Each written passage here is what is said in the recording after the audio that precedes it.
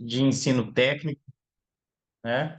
Bom, eu dou aula aqui na instituição já há bastante tempo, dou aula na questão do perito avaliador imobiliário, que é o de vocês, e também na aula sobre técnicas em transações imobiliárias, que é o pessoal que vai intermediar as transações, né? O famoso corretor de imóveis, tradicionalmente falando.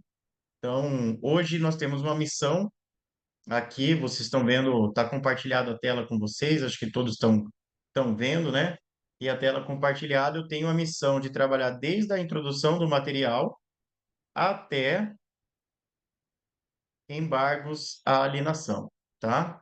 Não sei se vocês tiveram já a curiosidade de ler o material bem rico para o curso, eu acho bem interessante.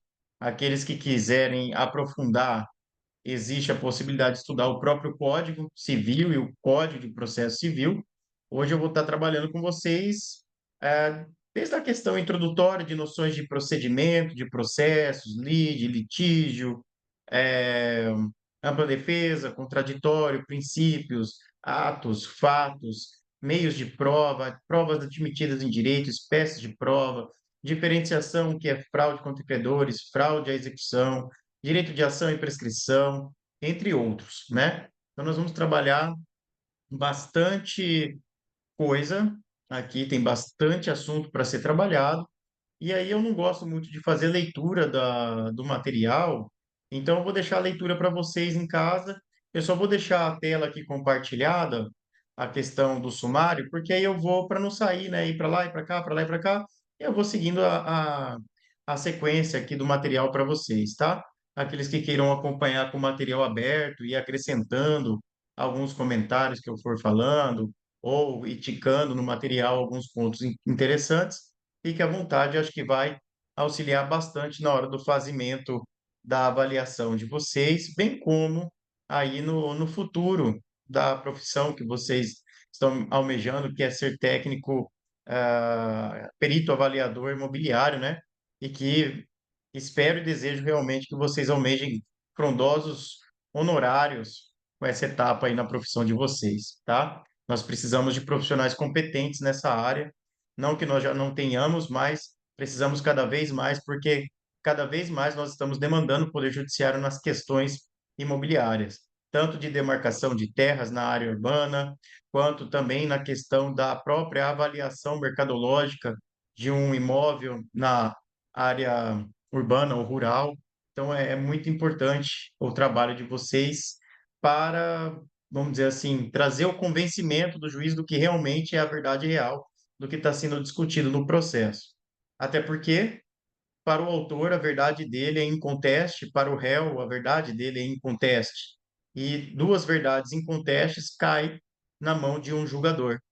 E aí, às vezes, a prova que um fala que é inconteste está a favor dele, e a prova que o outro fala que é inconteste está a favor dele também. E aí entra a figura de vocês, peritos avaliadores, de tentar demonstrar para o juízo qual realmente é a prova ou a realidade fática que vai se inclinar o douto magistrado. Lembrando também, já antecipando um pouco à frente do material, não existe hierarquia entre as provas, tá? Então, sem maiores delongas, vamos lá.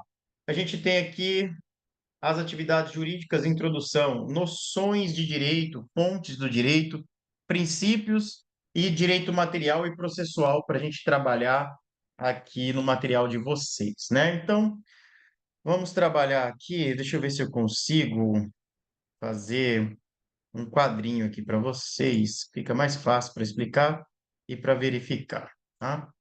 Deixa eu ver aqui se eu consigo. Hum, Cadê o quadro? Quadro, quadro.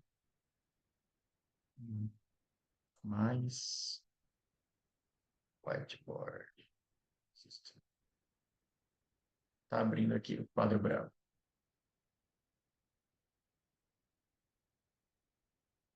É,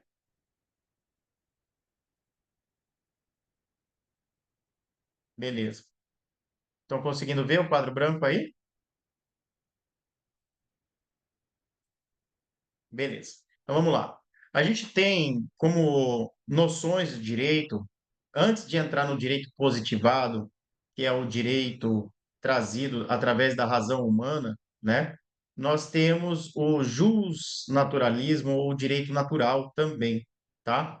Então, a noção de direito é aquilo que é reto, aquilo que é uniforme, aquilo que não compete desvio. Por isso, uma direção, tá? Por isso, direito, retilíneo, uniforme. Então, essa é a noção principal do direito. Então, a gente vai ter aqui a noção do direito como se fosse um cano, tá?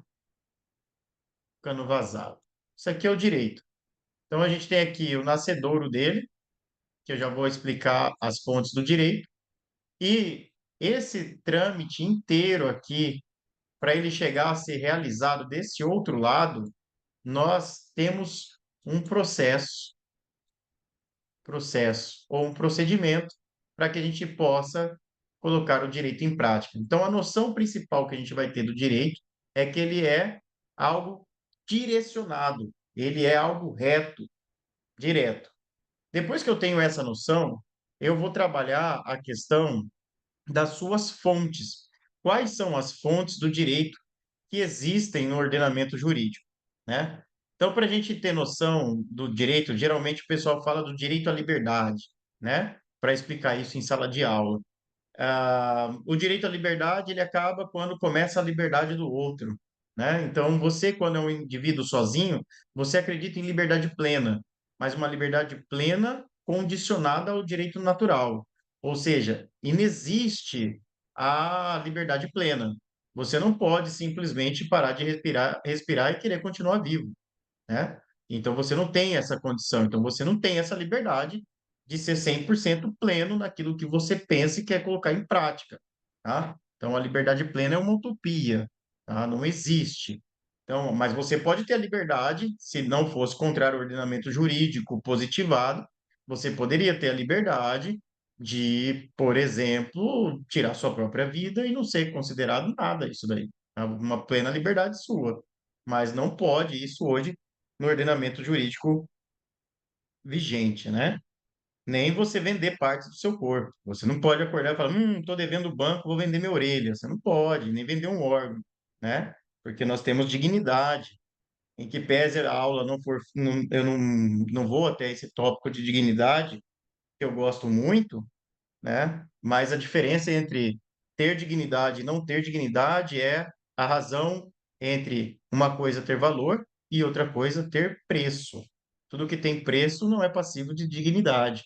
Tudo que tem valor é digno, porque não pode ser substituído, tá? Isso são noções introdutórias do que era ou não é ter dignidade. Foi uma discussão muito grande que a gente teve lá com Santo Agostinho, na época das missões as Índias, né, uma delas do qual o Brasil foi descoberto, nessas missões discutia se os índios teriam alma ou poderiam gozar de dignidade ou seriam material, matéria-prima de compra e venda como mão de obra escrava, né? São discussões bem profundas, interessantes para despertar essa curiosidade. Mas voltando às fontes do direito, né? Eu estava falando da liberdade. O direito é a mesma coisa, onde começa de um, termina de outro. Então, se você é um ser humano isolado, só você, você pode fazer o que você quiser, você pode dormir a hora que você quiser dormir, você pode acordar a hora que você quiser acordar, comer na hora que você quer comer, trabalhar ou não trabalhar, fica a critério seu. Mas a partir do momento que a gente coloca um outro indivíduo ocupando o mesmo espaço, você já sofre limitações da sua vontade.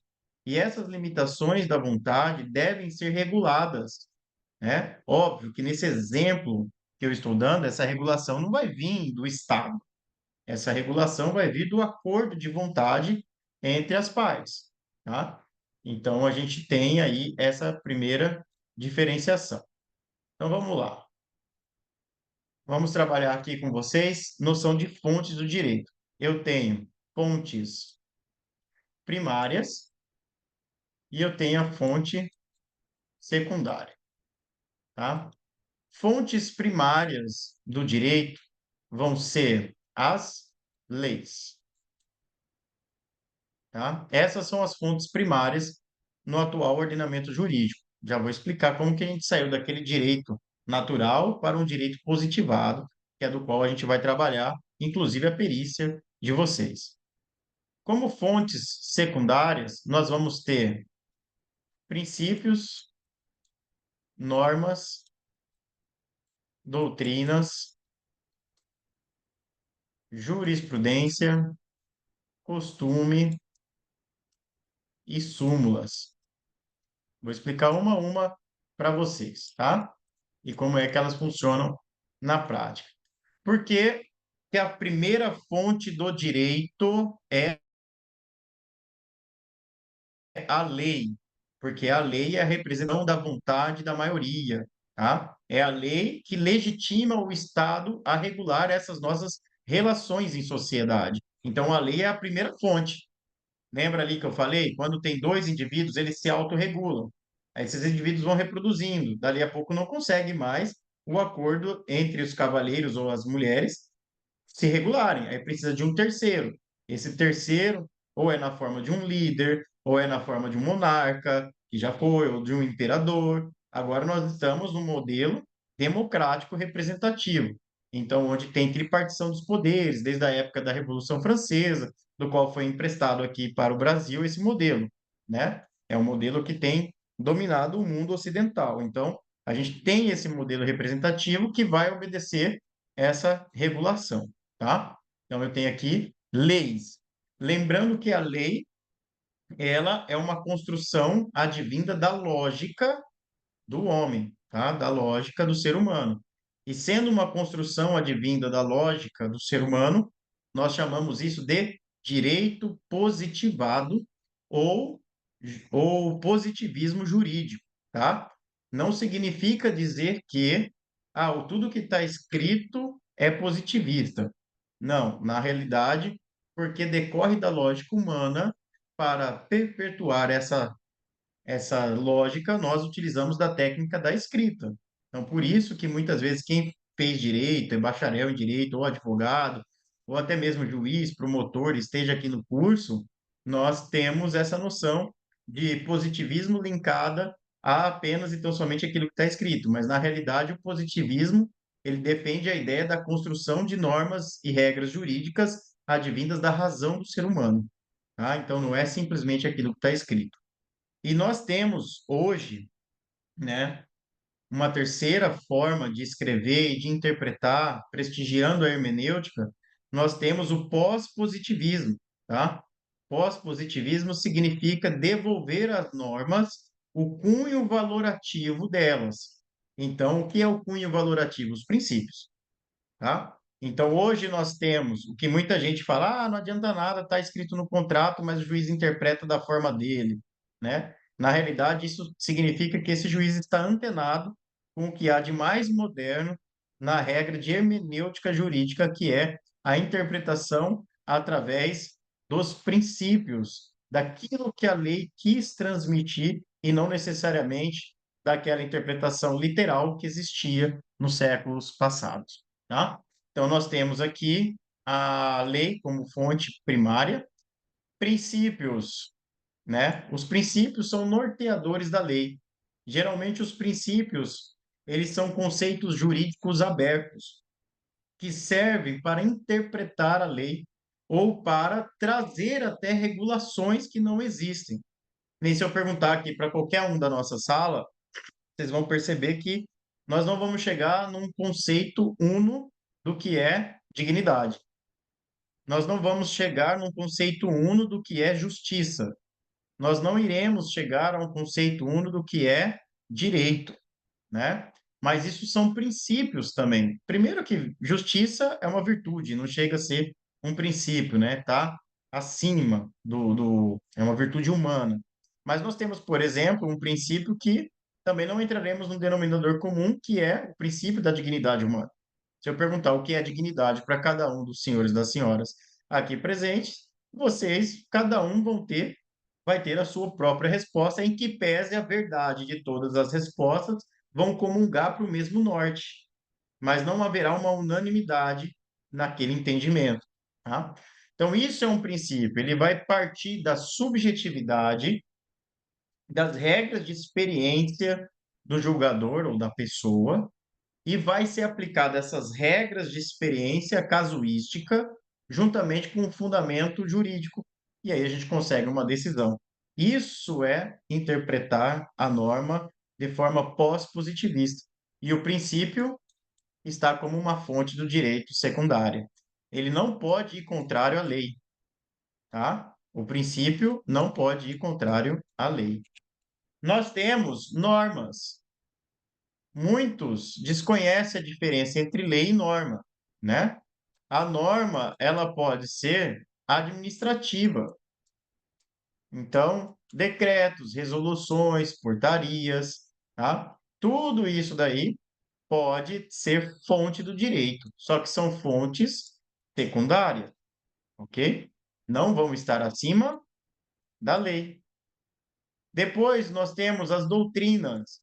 O que é doutrina? Doutrina nada mais é do que isso aqui, ó, um livro, tá? Só que ao invés de ter um livro de romance, um livro de autoajuda, um best-seller, vão ser o quê? Vão ser livros dedicados a reflexões, desculpa, a reflexões sobre o ordenamento jurídico do qual se propõe. Então, veja, é papel da doutrina conceituar ou buscar o conceito do que é um princípio. Não vai estar na lei escrito, olha, princípio é isso. É papel da doutrina, dos estudiosos que escrevem, né, que passam uma vida de exclusão para poder trazer reflexões importantes e transformação social. A doutrina serve para trazer essas lacunas da lei. O que é dignidade? A lei não vai discutir isso. Nós vamos achar isso aqui na doutrina, no livro. E essa doutrina vai trazer substância, vamos dizer assim, substância para os seus argumentos.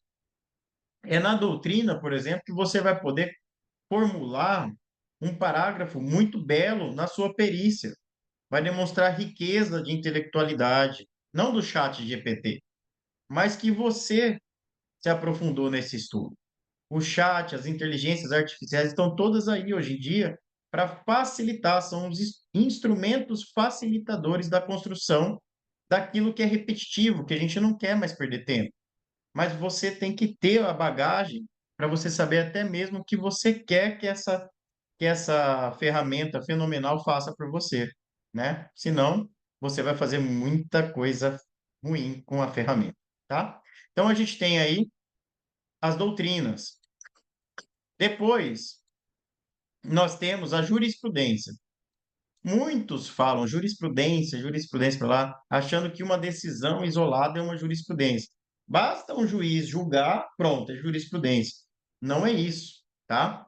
A jurisprudência é a coletânea de decisões do Tribunal de Justiça, né? Em que tenham o mesmo entendimento, ou seja, aquele entendimento já foi pacificado por aquele tribunal. E se esse entendimento foi pacificado, portanto, eu tenho uma jurisprudência. Agora, se aquele entendimento, um tribunal entende X, o outro tribunal entende Y, o mesmo tribunal tem dois, três entendimentos sobre a mesma matéria, eu não posso falar em jurisprudência. Eu vou falar em decisões colegiadas, mas eu não vou falar em jurisprudência, tá? Então, jurisprudência é aquele compêndio de decisões no mesmo rumo, sobre os mesmos aspectos que esteja pacificado pelo tribunal. Então, isso faz fonte de direito secundário, tá? Nós temos os costumes. Costumes dispensa muito a explicação, né? Mas é aquele ato reiterado de determinada coletividade, né? E que se respeita. Então, muitas vezes, o que você põe em prática no centro-oeste do Brasil, você não vai pôr em prática no nordeste do mesmo país, porque culturalmente não é aceito. Isso eu tenho falado, às vezes, a cultura, não que ela esteja acima da lei, mas o magistrado ele pode fundamentar o afastamento de uma legislação positivada em detrimento de costumes já de determinada região, de determinado povo, né? Então, muitas vezes a gente vê esses conflitos de interesses jurídicos, de fontes do direito distintas, para culturas de povos diferentes dentro do mesmo território. Aqui no Brasil nós temos vários, né? Os povos indígenas, os quilombolas, os próprios negros que não fazem parte dos quilombolas e assim sucessivamente, né? A própria política que foi instituída de cotas, seja para ingresso, em concurso público ou universidades, né? Ou até o bônus instituído por algumas universidades para prestigiar aqueles alunos que estudaram naquela determinada região, tudo isso daí parte do princípio de uma questão cultural. E essa cultura acaba trazendo e fazendo, formando fonte de direitos, tá? Mesmo antes da criação das leis delas, tá? Mesmo antes da sua regulação, culturalmente já era aceito, então culturalmente eu posso produzir fontes do direito. Vamos lá. A lei trata em 5% o valor de honorários para transação imobiliária. Mas vamos supor que existe no Brasil uma determinada região que culturalmente cobra-se 7% sem contrato. Todo mundo sabe que lá é 7%. Então, portanto, 7% é a cultura local. Basta a parte demonstrar que não fechou o contrato formal, né, escrito, mas verbalmente já se esperava os 7%, porque culturalmente é usual naquela região e, portanto, ele vai requerer a regulação, a declaração dos honorários pelo próprio Poder Judiciário nos termos daquela cultura local, e isso daí pode ser aceitado, tá? Então, costume também faz fonte do direito secundário. E a súmula, ela, se for vinculante, tá? Se a súmula for vinculante, ela tem força de fonte primária de direito. Então, ela é como se fosse uma lei, porque ela pode anular o ato administrativo contrário a ela. Ela pode anular a decisão judicial contrária a ela. Súmula vinculante, o que é? Ela é mais que uma jurisprudência. A jurisprudência, eu falei que ela faz o quê? Uma decisão reiterada sobre o mesmo assunto que está pacificado nos tribunais. Legal. Isso é jurisprudência. Mas esse tribunal foi além. Ele falou, cara, eu não aguento mais ficar julgando igualzinho, Ctrl+C, Ctrl+V, Ctrl+C, Ctrl+V, Ctrl+C, Ctrl+V. Então, agora o que eu vou fazer? Vou chamar o colegiado, nós vamos ter uma reunião zona aqui, uma solenidade, para transformar essas decisões reiteradas em uma súmula. Ou seja, a partir do momento que a pessoa vai entrar na justiça com aquele tema, ela já sabe o resultado. Isso se chama súmula, tá? E aí, quem for contrário a essa súmula pode ter o julgamento, por exemplo, o magistrado lá julgou contra a súmula, ele tem a convicção dele, mas se julgou contra a súmula e a parte fala, olha, não tem nada que faça com que esse magistrado julgue contra a súmula, vai ser anulado a sentença e ser colocado em prática o teor da súmula. Por isso, tem força de lei, tá? Tá acima da vontade humana, vamos dizer assim, individual, mas sim primando pela coletividade do tribunal que formou aquele entendimento único. E quando ela é uma súmula vinculante, perceba, olha o nome, entendimento único desse tribunal que vai vincular todas as instâncias.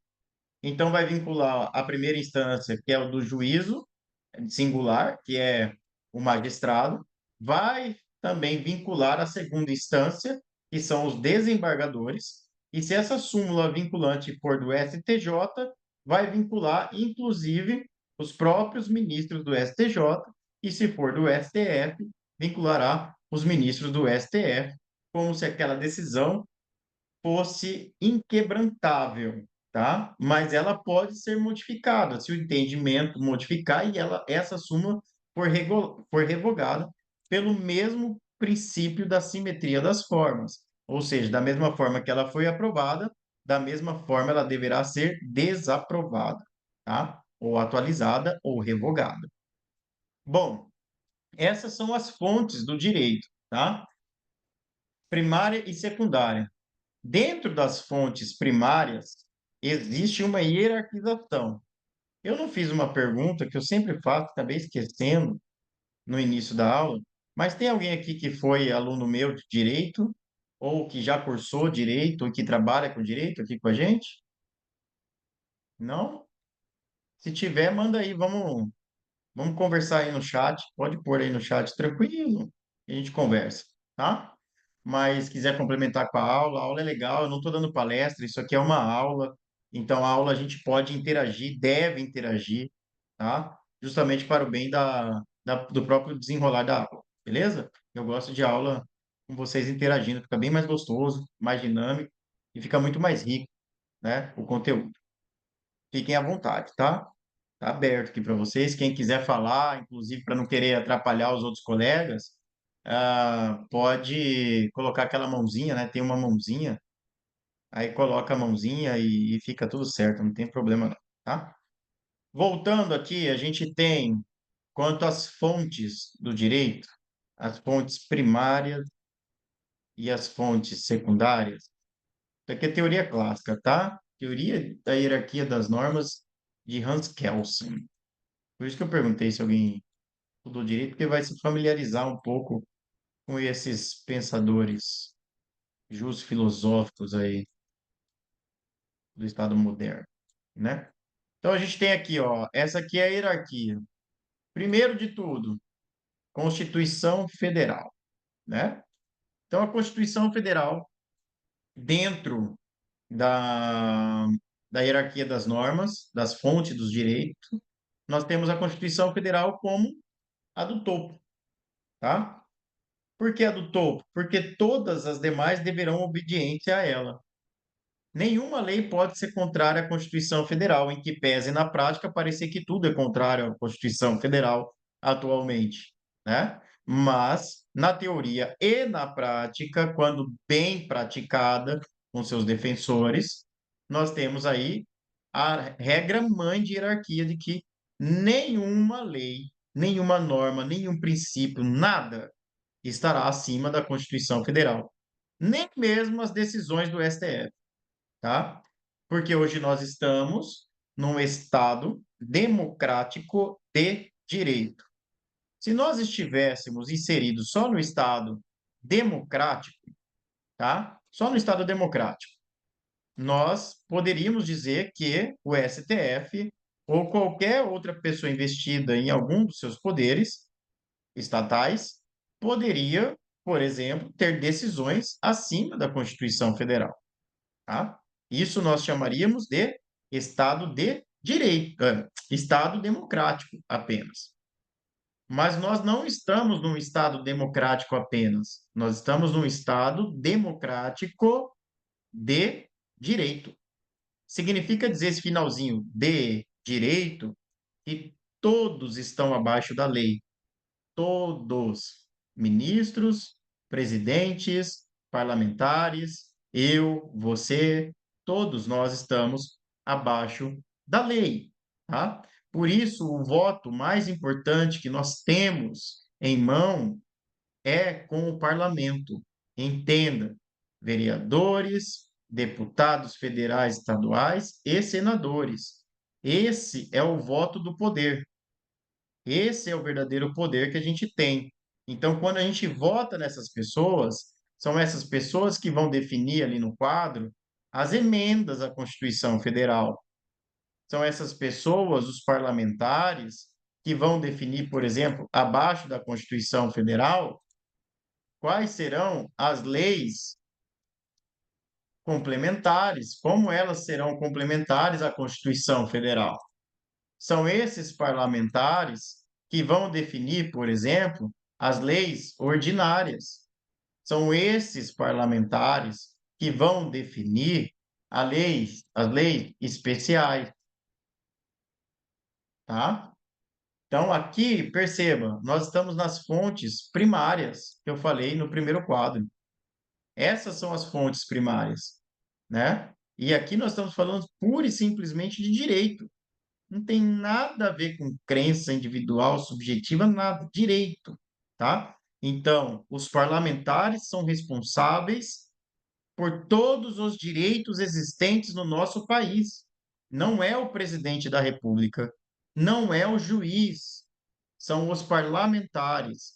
Então, o nosso voto mais importante é no parlamento, porque são eles que criam a fonte primária de direito, tá? Tudo depois é consequência. O julgamento estranho que nós achamos, que gostamos de comentar nos WhatsApps da vida, ou nas antigas rodas de bar, ou nos modernos cultos, nós gostamos de comentar a consequência dos atos dos nossos parlamentares. Nós gostamos de comentar decisões da presidência da República, ou do governo, ou do prefeito, que são consequência dos atos dos parlamentares. Então, que fique bem claro que a regulação, por exemplo, da perícia que nós estamos estudando aqui, são atos dos parlamentares. Se a perícia não pode ir além nem a quem, não é porque o juiz definiu, é porque os parlamentares definiram. Que fique bem claro isso. E quem produz fonte primária de direito são os parlamentares, tá? Então, que nossa consciência cada vez mais evolua nesse sentido do nosso país.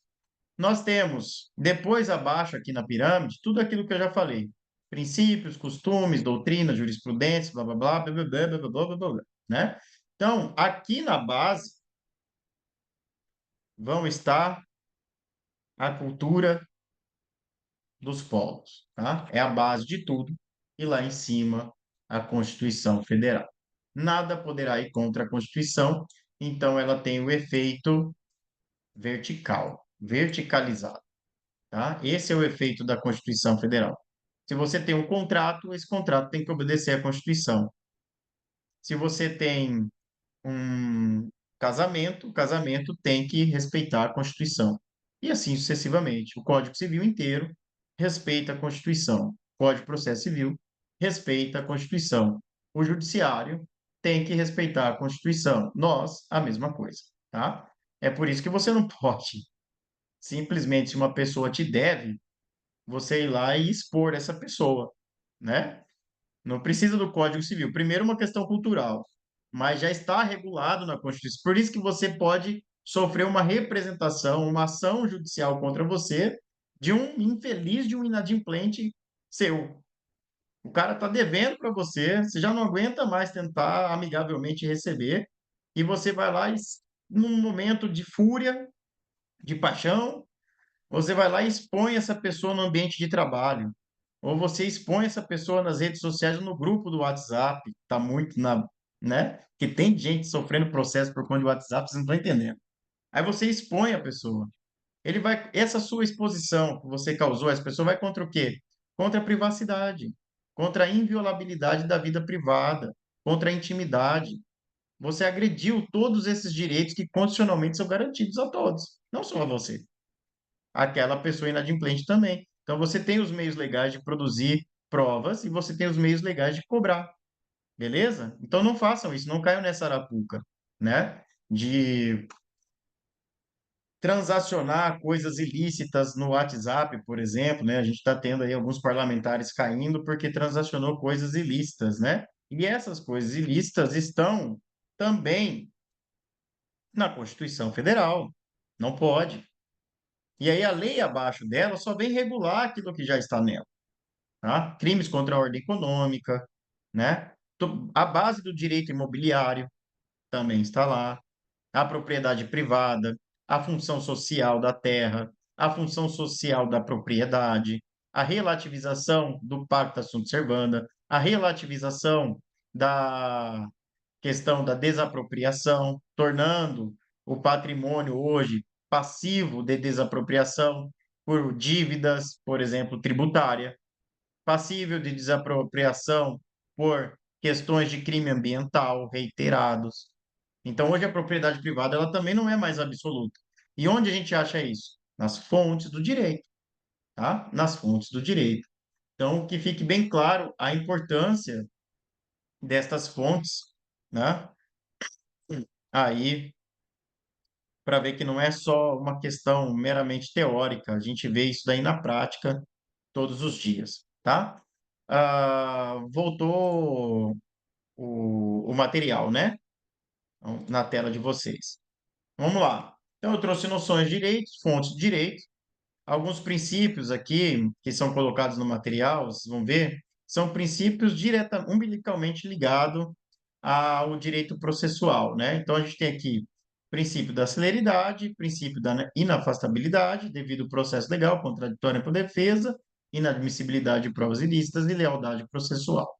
Vou falar cada um deles para vocês, tá? Sem que a gente entre em leitura.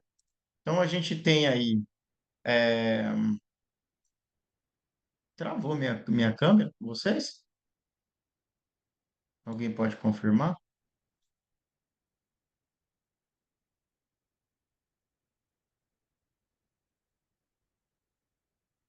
Voltou, né? Acho que tinha dado uma travada, colocaram até aqui no áudio, né? Bom, então eu parei aqui falando da tela aqui, né? Que tinha voltado a tela para vocês. Vou colocar ela aqui para cima. Só um pouquinho.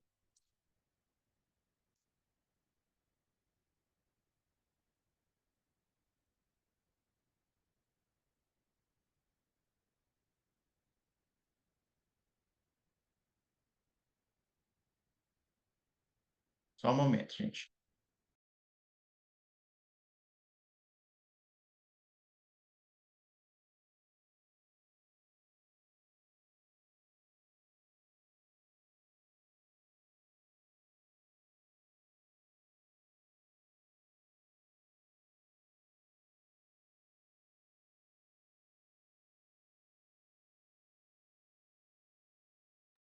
Bom, vamos lá. Então é o seguinte, a gente tem princípio da celeridade. Princípios são interessantes de serem estudados, né? Porque se o processo fosse realmente célere, não precisava estar escrito. Concordam comigo? Se uma coisa fosse rápida, você nem me preocupar em colocar lá, não, isso deve ser rápido, porque ele já é rápido naturalmente. Então, se a gente reconhece como princípio a necessidade de uma celeridade, significa dizer que o processo não é célere, tá? Se a gente não for fazer uma produção antecipada de prova, que é um processo especial para esse fim, geralmente vocês vão chegar atuando no processo numa fase intermediária do processo de conhecimento. O que significa dizer? Que as partes já fizeram a petição inicial, uma eventual audiência de tentativa de conciliação, depois teve a contestação por parte do réu, e aí vai surgir a fase da produção de provas, de instrução, caso seja requerido por uma das partes. Bacana. Isso às vezes leva 2 anos para acontecer tudo isso. Às vezes leva 5, dependendo das circunstâncias de um procedimento dentro do processo, tá? Mas por que que isso pode acontecer? Eu não sei. São várias variantes que pode acontecer, porque o processo é um para todos os casos. Mas tem processo que em 1 ano acaba, e tem processo que com 10 está no início. E é a mesma coisa. Autor, réu, causa de pedido, provas, é a mesma coisa. Mas são situações que tornam o processo um organismo vivo. Então, vocês vão sempre atuar, basicamente, depois do contraditório instaurado. Isso leva muito tempo, dependendo das partes, tá? Então, por isso, foi positivado no direito brasileiro o princípio da celeridade. A gente tem aí como um princípio constitucional e um princípio infraconstitucional no devido processo legal, a celeridade processual. Nós temos também, através do artigo 37 caput da Constituição Federal, que é o seguinte: artigo da legalidade, parcialidade, moralidade, publicidade e eficiência dos atos administrativos, a celeridade entra na eficiência, né? Então está lá também no processo administrativo o princípio da celeridade, ou seja, se de repente o seu processo engavetou, está engavetado, você pode invocar esse princípio da celeridade e fazer as devidas representações contra as pessoas que não estão colaborando com o andar ordinário de um processo. Tá? Isso a gente pode, não sei se deve, né? Porque a gente sabe como que funciona muitas vezes, mas a gente tem esse direito, tá? E para quem tem coragem de lutar pelos direitos, o princípio da celeridade está aí posto para isso mesmo, tá? Então a gente tem aí a razoabilidade da duração do processo.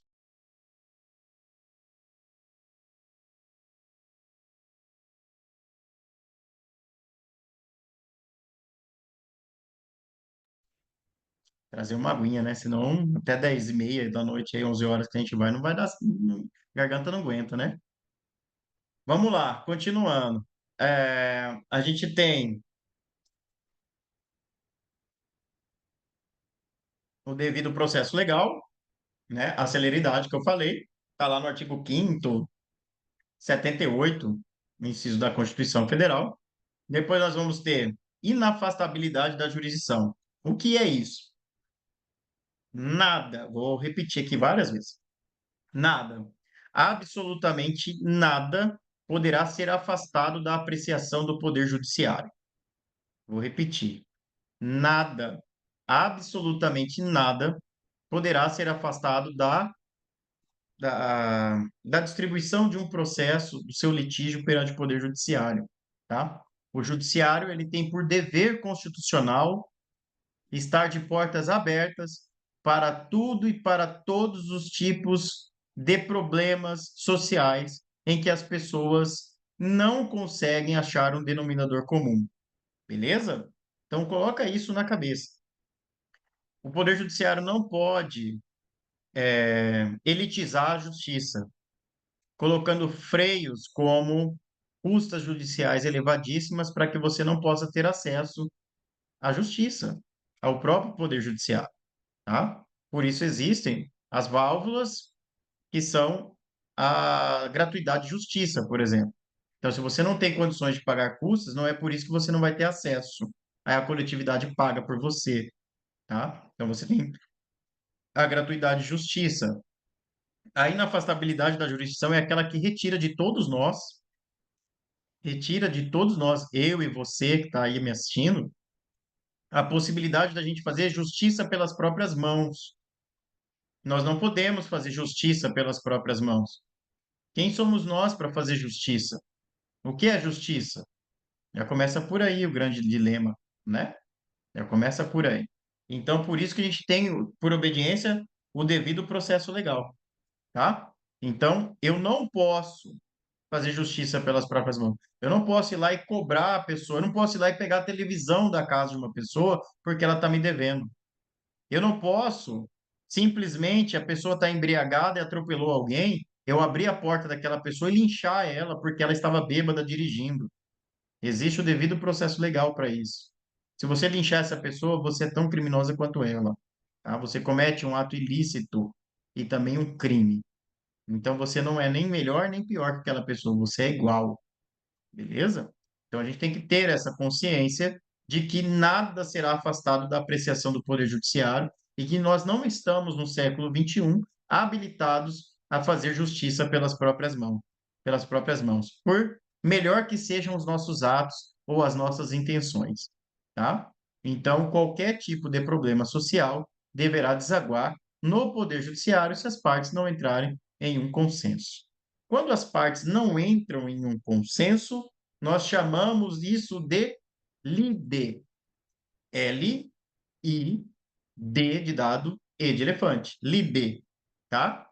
Lide é uma controvérsia entre duas ou mais pessoas sobre determinado fato, ok? Então vamos supor que você está se divorciando e aí você quer a guarda do filho, mas a outra pessoa também quer a guarda do filho. E vocês não entram em comum acordo para ter a guarda compartilhada. Vocês querem guarda unilateral. Percebam, vocês não vão sair no tapa. Um não vai matar o outro. Não vai fazer cárcere privado do filho, né? Aquele que está com ele em casa. Então vai desaguar no Poder Judiciário e o Judiciário, analisando as provas do processo e os fatos trazidos, vai definir com quem vai ficar o direito. Perceba, nem sempre é justo. Nem sempre é justo. Direito e justiça são diferentes. Eles andam paralelamente, mas são coisas distintas, tá? Por isso, novamente, atenção aos parlamentares. Atenção aos parlamentares. Continuando. No ramo imobiliário, quase todos os dias a gente pega problema no seguinte sentido: atraso de obra, metragem equivocada, obra superfaturada, obra com qualidade aquém daquilo que foi ofertada, qualidade da prestação de serviço de obra ruim, falta de caimento nas partes molhadas, de caída com o grau correto, ausência de garantia conforme as normas técnicas pelo próprio prestador de serviço, e por aí vai. E aí as partes não entram em um denominador comum. Exemplificando, foi ofertado que aquele apartamento que você comprou na planta, ele seria com porcelanato padrão A não retificado. E quando você entra no apartamento, para a maioria dos leigos não sabe fazer essa diferenciação. Mas um técnico vai saber, vocês serão técnicos. E aí vocês vão entrar lá e vão falar: não, esse porcelanato não corresponde ao que foi ofertado. E por não corresponder ao que foi ofertado, o adquirente deste produto, que é o imóvel, o apartamento, pode desfazer o negócio e receber o reembolso de 100% do que foi desembolsado, por vício na qualidade da oferta, tá? A mesma coisa com metragem. Então, eu posso ficar aqui falando com vocês sobre particularidades no direito imobiliário, sei lá, uns 5, 6 anos sem parar. Falar de incorporação, falha na incorporação imobiliária, então, meu Deus do céu, tá? Formação, como que se forma uma empresa para fazer uma incorporação imobiliária, para trazer garantia e produto e patrimônio de afetação para ambas as partes. Tudo isso daí é pautado nesses princípios que eu estou falando. É o básico do básico. Então a gente pega. É porque eu não gosto de ficar falando técnico aqui, direito, só para ficar achando que é bonitinho, né? Vamos tentando falar o linguajar mais simples possível, tá? Então a gente tem aqui inafastabilidade da jurisdição. Eu vou fazer um desenho, se vocês me permitem, o último, eu acredito que da aula, só para vocês entenderem bem certinho o que é lead, para não ficar nenhuma dúvida, tá? A gente tem aqui, tá aí o quadro. Vou desenhar uma lead aqui para vocês. Esse é o número 6 da onde eu estou olhando. Vamos supor que isso aqui é uma pessoa. Isso aqui é outra pessoa. Essa pessoa está tendo esse campo de visão e essa pessoa está tendo este campo de visão. Para essa pessoa, o número é 9. Para essa pessoa, o número é 6. E eles, através da conversa, não chegam a um denominador comum, porque este aqui acredita na sua verdade e este aqui acredita na sua verdade, porque é aquilo que ele está vendo, é aquilo que ele acredita, é aquilo que ele crê, e, portanto, ele jamais vai falar que ele está vendo um 9 dessa posição. Ele está vendo um 6 e assim vice-versa. Essa controvérsia nós chamamos de lead. Eles não podem sair na porrada, arrancar a cabeça de um, colocar a cabeça do outro lado e falar: ó, agora você acredita que é um 9? Ele não pode fazer isso. Então isso aqui vai para o Poder Judiciário. E perceba, esse aqui vai conseguir provar para o Judiciário que da onde ele estava olhando era 9. E esse aqui vai colocar para o Poder Judiciário que da onde ele estava olhando era 6. E vai caber ao Judiciário definir se é 9 ou 6. Como é que o Judiciário vai fazer isso?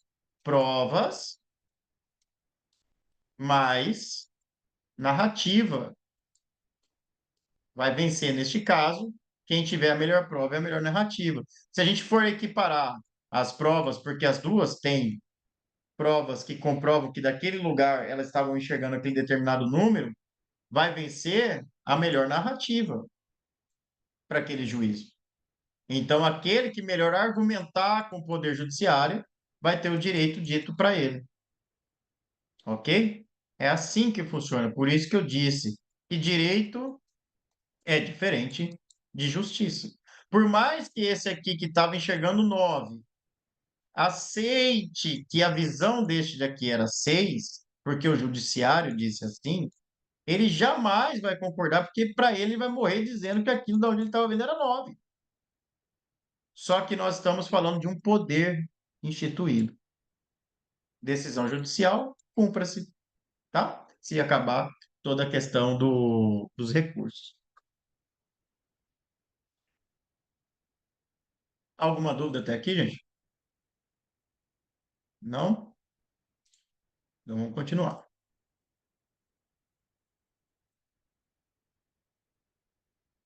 Compartilhou a tela, né?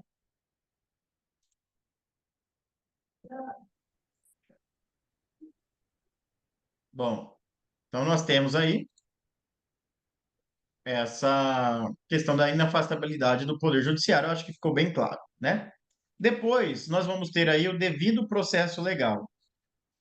O devido processo legal, ele é a base do Estado democrático de direito.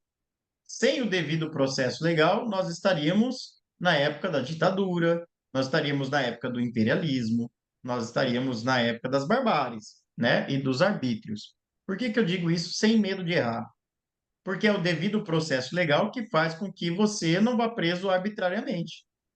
É o devido processo legal que faz com que, através do Poder Judiciário, uma pessoa não entre na sua casa porque você simplesmente não pagou a parcela do cartão de crédito.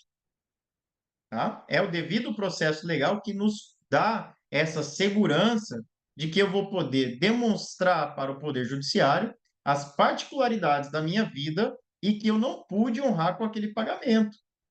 Ou posso postergar, ou posso dar bens, ou posso pagar de outra forma, posso repactuar, mas eu não posso ter a minha intimidade, a minha vida privada violada por terceiros que não autorizada pelo Poder Judiciário, tá? Então, quem pode invadir sua casa? A polícia com mandado judicial. É ela que pode invadir, mas ninguém, nem eu posso, tá? O oficial de justiça pode. Ele vai lá e vai fazer uma ação de despejo na área imobiliária. Então, o cara não pagou aluguel, ou também não pagou o contrato de compra e venda. O que que você vai mover? Uma ação de despejo, legal. E para despejar, vai você lá de gravatinha despejar a pessoa vai rir de você, vai te dar um tiro na fuça. Só para você largar a mão de ser besta. Então, o que vai acontecer? Você vai pedir força policial, e aí o oficial de justiça vai lá, junto com força policial, não é o advogado, tá? O advogado não precisa ir neste ato. Ele vai só para ver a legalidade, ver como atuou, mas ele não precisa ir, tá? Quem tem que ir é o oficial de justiça, dois, e também além do oficial de justiça, policial, se assim a situação requerer. E aí é a polícia que vai trabalhar com a força física, com a coação, com a quebraria, com a quebração, né? Com a quebradeira, beleza? Não você, oficial de justiça, e nem você, muito menos, advogado ou parte do processo, tá bom? Então a gente tem o devido processo legal. Esse devido processo legal, entendam, ele vai possuir início, meio e fim, né? Então, uma das primeiras perguntas que me foi feita quando eu comecei a estagiar, há uns 20 anos atrás, eu não falei, né, mas eu sou advogado, tem 16 anos que eu advogo e 15 anos que eu dou aula ininterruptamente, tá? 15 anos no curso de Direito, em pós-graduação, mestrado, e advogando ininterruptamente na área civil, de consumidor, trabalhista, família, contratos, etc. Então, a gente vendo o processo legal, eu sempre começava minhas aulas no curso de Direito assim, e me foi perguntado isso também quando eu comecei meu estágio. Qual a diferença? O que é um processo, né? Parece uma pergunta fácil de responder. O que é o processo, né? Processo. Legal. Mas não, tecnicamente, para existir um processo, há de ter ideias antagônicas. Então tem que ter um litígio para existir um processo. Se não existir litígio, nós vamos ter apenas e tão somente um procedimento, tá? Então, quem é servidor público e vai pedir férias, e essas férias vão ser deferidas, não tem processo administrativo, tem procedimento administrativo. Se você vai sofrer uma falta e você não impugna essa falta, num PAD, por exemplo, processo administrativo disciplinar, vai ser apenas e tão somente um procedimento formal, para formalizar aquela sua advertência ou falta, se você não recorrer. E assim sucessivamente. Por quê? Porque não teve nenhum litígio. A partir do momento que eu tenho um litígio, eu tenho processo. Então, você foi requerer um alvará de funcionamento do seu estabelecimento, um alvará ambiental, um alvará sanitário, um alvará de construção, e lhe foi negado esse alvará. O que você vai fazer? Apresentar um recurso administrativo. Este recurso administrativo é um litígio. Tendo litígio, o procedimento se torna processo. Beleza? Então, o processo judicial, ele é um compêndio, tá? Ele é um conglomerado de procedimentos, mas ele não deixa de ser um processo porque a sua essência é litigiosa. Então, a gente tem essa diferença, por isso, devido ao processo legal, né? Legal porque vem da lei, porque garante o Estado democrático de direito, o exercício da democracia. Existe também, não está no material, tá? Mas existe na Constituição Federal o princípio da inocência. Todos nós somos inocentes até que se prove o contrário, tá? Isso está lá na nossa Constituição Federal, no rol do artigo 5º, que são os direitos fundamentais de todos nós. Então, eu sou inocente, você é inocente, até que se prove o contrário, né? Não é como muitas vezes a gente vê que primeiro fala que você é culpado para depois você provar a sua inocência. Na realidade, o princípio é o contrário. Eu sou inocente, você está dizendo que eu fiz algo, você tem que provar, né? Essa é a regra do jogo. Tirando isso daí, nós temos as regras básicas do devido processo legal, que é a ampla defesa e o contraditório, que é o próximo princípio que a gente vai falar, tá? Olha só o nome. Eles andam umbilicalmente juntos dentro de um processo.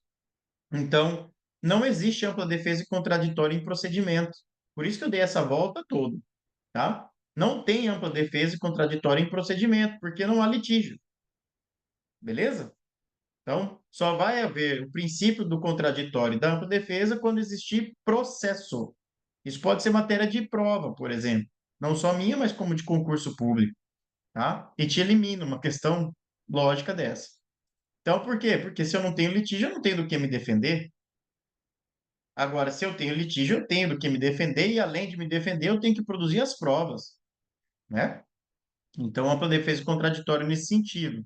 O contraditório é o direito de se defender daquilo que estão alegando contra você, e a ampla defesa é, dentro do contraditório, poder aplicar, demonstrar, fazer, formular todas as provas admitidas em direitos, no plural, tá? Então eu posso todos os tipos de prova para me defender, não pode me ser vedado contraditório. E nem a ampla defesa, nem só provas, mas fases processuais, recursos, etc. Por isso que no Brasil, às vezes, o processo demora décadas, porque eu tenho muitos recursos. Eu posso fazer recursos em cima de recursos de outros recursos. E aqui vai uma crítica ao sistema de justiça, porque nós temos muitas vezes magistrados frouxos, que não aplicam as multas que estão na lei para frear esse tipo de conduta eticamente questionável de algumas partes, né? Como, por exemplo, bancos, grandes empresas, que vão até a última instância, fica prorrogando aquilo que já foi julgado o mérito, mas ainda cabe recurso e fica postergando. Agora eu questiono vocês, quem aqui já litigou em juízo e viu quão caro é o poder judiciário? Se vai ficar recorrendo à toa? Não recorre porque não tem dinheiro. Porque se tivesse dinheiro e pudesse, e não tivesse essa limitação, talvez a conduta ética questionável do outro lado seria questionável do seu lado também.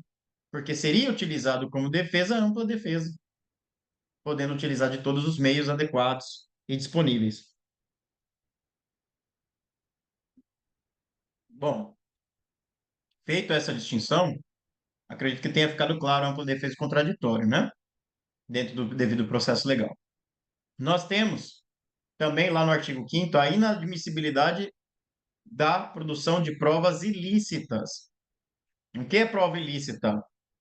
Prova ilícita é aquela admitida por meios não lícitos, né? Obviamente, mas você não pode produzir uma prova sob ameaça, sob coação. Lembrando que a coação não precisa ser uma coação física, ela pode ser uma coação psicológica, uma pressão que você sente, olha, se você não falar isso daí, você não vai ganhar seu carro. Bem esdrúxulo o exemplo, né? Mas é nesse sentido, a pessoa tem um sonho, você mexe com o psique dela, você causa uma pressão, um desconforto, e esse desconforto pode ser caracterizado como coação. Você não pode produzir provas mediante simulação, juntar um contrato simulado de compra e venda de imóvel para antecipar a legítima, por exemplo, numa futura sucessão.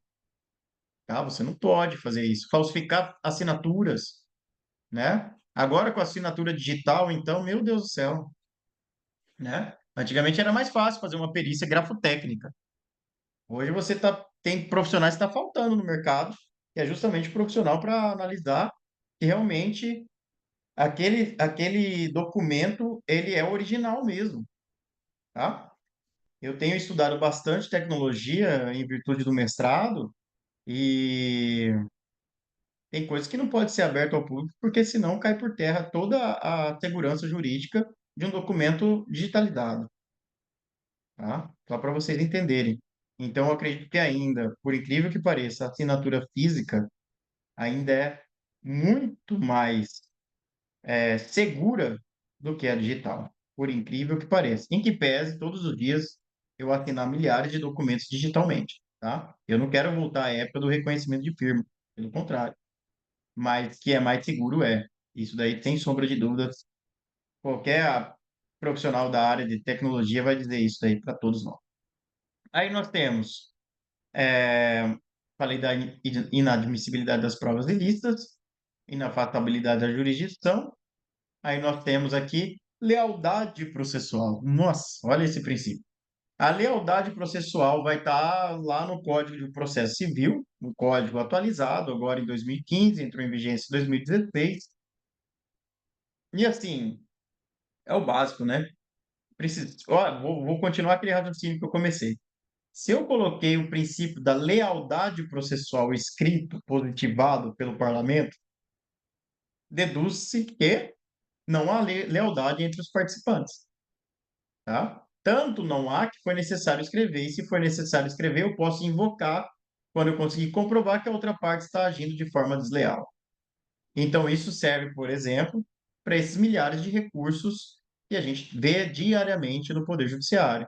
Olha, a parte está sendo desleal, em que pese ela ter ampla defesa e o contraditório, nada está se discutindo mais na questão de mérito, simplesmente utilizando esse recurso para ficar postergando a sua responsabilização já declarada pelo juiz.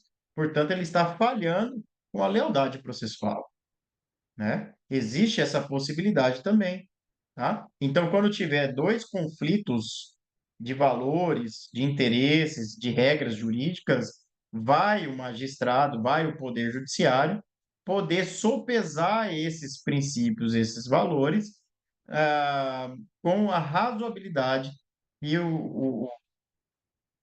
que o fato em si ali vai demandar dele, tá? Então, se realmente eu já manejei três, quatro recursos com intuito protelatório e a outra parte veio e provocou no sentido de que eu estou sendo desleal processualmente, utilizando do fator tempo para ficar prorrogando a minha responsabilização, poderá haver a responsabilidade com multa, tá? Com multa, e são multas bem pesadas atualmente no Código de Processo Civil. Mas ainda é muito recente, tá? Como eu disse, o código entrou em vigência em 2016, tem nem 10 aninhos aí que entrou, tem muita coisa nova, só que quem faz a sentença é muito velho. Entenderam o que eu quero dizer? O choque de gerações?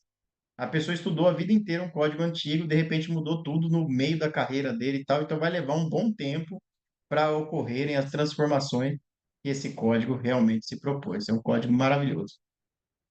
A economia processual também é um princípio, tá? Esse princípio da economia processual é no sentido de que nós temos que aproveitar ao máximo os atos processuais, o máximo, que já foram produzidos, mesmo que fora das suas ordens procedimentais. Mas uma vez que eu consiga aproveitá-los, ele está lindo, tá ok, tá positivo, eu não vou anular. Vou dar um exemplo básico aqui para vocês, tá? Ah, é, é, no direito processual, existe duas coisas para distintas: citação e intimação. Citação é a arte de você tornar público, né, e de conhecimento daquele que a recebe, de que tem alguma coisa sendo falada contra ele, tá? Tirando o juridiquês aqui de uma vez, tá? Estou tentando falar em palavras bem simples. Então, tem um processo, aí vai sair uma citação para aquela pessoa que foi processada. Essa pessoa recebe essa citação. O que é esse ato de receber a citação? é o ato de eu saber que tem alguém falando mal de mim no Poder Judiciário, tá? Tem alguém querendo brigar comigo no Poder Judiciário. E aí me dá lá os fatos que foi argumentado e tal. Isso é citar. Agora, se sai uma ordem judicial para que eu compareça em audiência, então vai sair o primeiro mandado de citação e intimação. Porque intimar significa uma ordem judicial que manda você fazer ou deixar de fazer algo, tá? Isso é intimar. Citar é só te dar conhecimento de que tem alguém falando mal de você no Poder Judiciário. Não vou nem falar falando mal, tem alguém falando de você, tá? Não vou colocar essa se é mal ou se é bom. Tá falando de você, beleza? Então essa é a diferença. Quando eu falo em economia processual, de repente, eu não sei, eu acordei e fui lá e entrei no processo judicial eletrônico e vi que tem um processo contra mim. Fui lá e eu mesmo entrei no processo. Isso daí supriu o quê? Isso daí supriu a citação. Você nem tinha sido citado, mas você se deu como citado quando deu ciência lá no despacho do juiz, na decisão do juiz. Então, lá no futuro, você não vai poder alegar nulidade processual por falta de citação. Por quê? Porque isso vai contra o princípio da economia processual. É aquele que vai preconizar o máximo resultado. O que vai adiantar? Eu anular todos os atos processuais porque faltou uma citação, se você se deu por citado e era uma mera formalidade. Então, essa época da formalidade rígida ou do rigorismo formal já foi, tá? Isso tem sido cada vez mais mitigado e colocado em prática a economia processual, beleza? Ah, quer ver uma outra coisa? Você, como perito, tem 30 dias para fazer sua perícia, tá? 30 dias. Aí você faz sua perícia em 15 dias. Você vai ter que esperar dar o 30º dia para entregar? Não, você pode entregar antes, isso daí não tem nulidade alguma, tá? Só para colocar, porque parecem coisas tão banais, mas às vezes não é. Às vezes é a sua dúvida. Então, não é porque o magistrado, o juízo te deu o prazo de 30 dias para você fazer a perícia, que você tem que entregar no 30º dia. Você pode entregar no dia que você quiser, dentro desse período de 30 dias. A mesma coisa pode acontecer de você precisar o quê? Você precisar de mais tempo além dos 30 dias normais da lei. E aí você peticiona em juízo, fundamenta e justifica o porquê você precisa de dilação de prazo e aguarda o juízo despachar, decidir nesse sentido, tá? Então a gente tem essa possibilidade. Bom, com isso eu encerro os princípios. Aí nós vamos entrar no direito material e processual, tá? Hoje eu estou falando mais que o Homem da Cobra. Geralmente já estou caminhando para o fim da aula e estou nem no começo ainda, não sei o que foi. Vou dar uma acelerada aqui, senão a gente vai sair daqui 11 horas mesmo, tá? Quero ver, né? Bora lá. Ah, a gente tem, estou lá no direito material e processual, né? Então, direito material, vamos lá. Vou dar vários exemplos para facilitar a compreensão. Direito de ir e vir é um direito material. Obrigação de fazer é um direito material. Obrigação de pagar é um direito material. Dignidade é um direito material e assim sucessivamente, tá? Compra e venda, contrato de compra e venda é um direito material, tá? Beleza. Se esse contrato de compra e venda, que é um direito material, ele for inadimplido, ou seja, a pessoa não pagou ele, pode ser não pagou ou não entregou, tá? São obrigações recíprocas. Então, a pessoa não pagou ou a pessoa não entregou, tem um inadimplemento contratual. O que a lei fala? A lei não fala nada. A lei fala lá no artigo 186, que é o seguinte: aquele que, por ação ou omissão, negligente, imprudente ou imperito, mesmo que exclusivamente moral, que causar dano a outro, tem o dever de repará-lo. Essa é a base da responsabilidade civil. Legal. Também é um direito material. Como é que eu faço o outro reparar o meu direito? Como que eu faço o outro pagar? Como que eu faço o outro entregar? Como que eu bato na porta do Poder Judiciário e falo, cara, ele não me entregou a casa e eu quero que ele me entregue. Judiciário, tá aqui as provas. Isso nós vamos chamar de direito processual. Então, o direito processual é como se ele fosse a ponte, o elo de ligação entre a expectativa do direito e a satisfação. E aqui no meio, para ligar isso, chama processo civil ou processo penal, tá? Então, as regras de direito material não se misturam com as regras de direito processual. As regras de direito material são autônomas, gozam de princípios próprios, gozam de normativas próprias. As regras de direito processual, idem, têm princípios e normativas próprias, tá? Então, o direito material é o que regula a vida em sociedade e o direito processual é aquele que traz satisfação a esta regulação quando da existência de um litígio. Beleza? Vocês não vão achar com essas palavras no material. Vai ser um parágrafozinho pequeno, mas está aí posto para você, tá? Aí nós temos aqui, dentro do campo do direito material, nós temos os atos, os fatos e os negócios jurídicos, tá? Nem tudo que acontece vai guardar observância com o direito positivado, com o direito do ser humano, né? Com o direito do Estado. Então, a água que cai do rio, que cai na cachoeira e vai para o rio, que forma um desenho lá, né? Se a água diminuir a sua vazão por questões naturais, não vai o direito positivado falar, buscar a responsabilização da natureza porque houve a diminuição da sua vazão. A mesma coisa é você está andando, né? E de repente você tropeça caminhando. Não coloque em problema no exemplo que eu estou colocando, tá?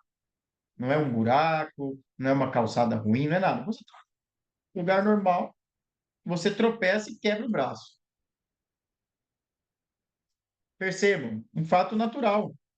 Não é algo que vai guardar umbilicalmente o interesse do Estado em te proteger ou em lhe conceder direitos. Isso nós chamamos de fato natural. É um fato que acontece, tá? Agora, um fato jurídico, ele vai guardar interesse do Estado na sua legislação. Um fato jurídico vai ocorrer, por exemplo, quando estoura a barragem de Brumadinho ou de Mariana. Aquilo dali é um fato jurídico.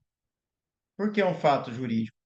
Pode ter sido decorrência de força maior ou de fortuito. Não tem problema nenhum quanto a isso. Mas, independente do que seja, desencadeou interesse no Estado para fins de reparações. Tá? Então, um contrato de compra e venda, ele é um negócio jurídico e, portanto, é um fato. Por que ele é um negócio jurídico? Porque eu tenho de um lado uma pessoa, de outro lado outra pessoa, e elas têm em comum uma transação. Então, isso chama de negócio jurídico. Se você conversa só com sua árvore, aí não tem um negócio jurídico, tá? Se você conversa com seres celestiais e tal, isso não é negócio jurídico. De repente você bate na porta, o ser celestial não fala com você, você não pode entrar no Poder Judiciário e pedir uma liminar para que se abra essa porta. Não há um negócio jurídico em si aí.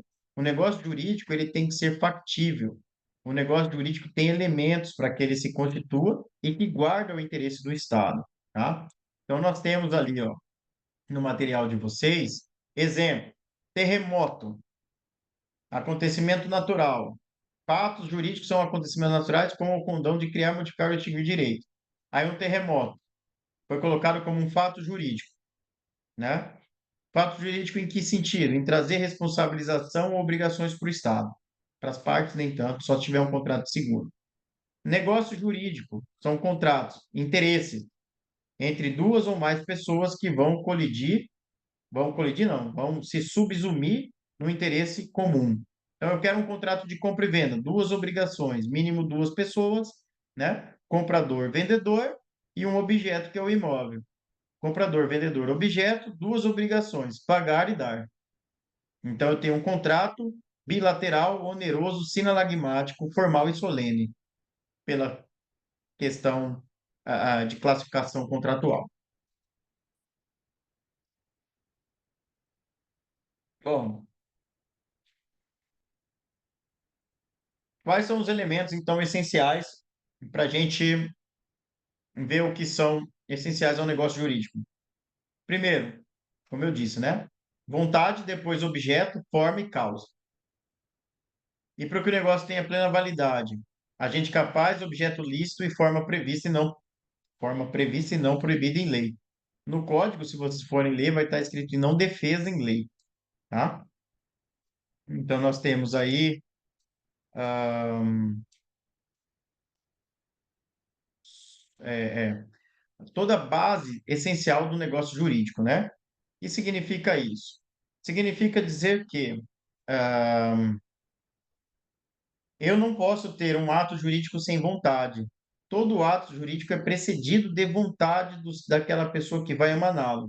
Um testamento, um contrato, uma declaração unilateral tem que ser uma vontade sem vício, tá? Sem estar viciado. Tanto é verdade que hoje nós estudamos muito a questão se nós ainda gozamos da autonomia de vontade livre, porque nós estamos diuturnamente bombardeados com nossas redes sociais, nossos WhatsApps da vida e nossas infinidades de informações que acabam conduzindo a nossa própria vontade, né? Então a gente tem que fazer uma reflexão quanto a isso aí no atual estágio que a gente está vivendo. O objeto, esse objeto, ele tem que ser lícito, lícito com L e possível, possível com P, não impossível, né? Por quê? Vocês concordam comigo que um traficante firma um contrato de compra e venda de cocaína, né? E de transporte dessa mercadoria? E existe um contrato. Tá aí o nome, crime organizado. Eles são organizados assim como o Estado. Tem uma organização toda lá. É muito infantil pensar que eles não trabalham dessa forma. É muito infantil.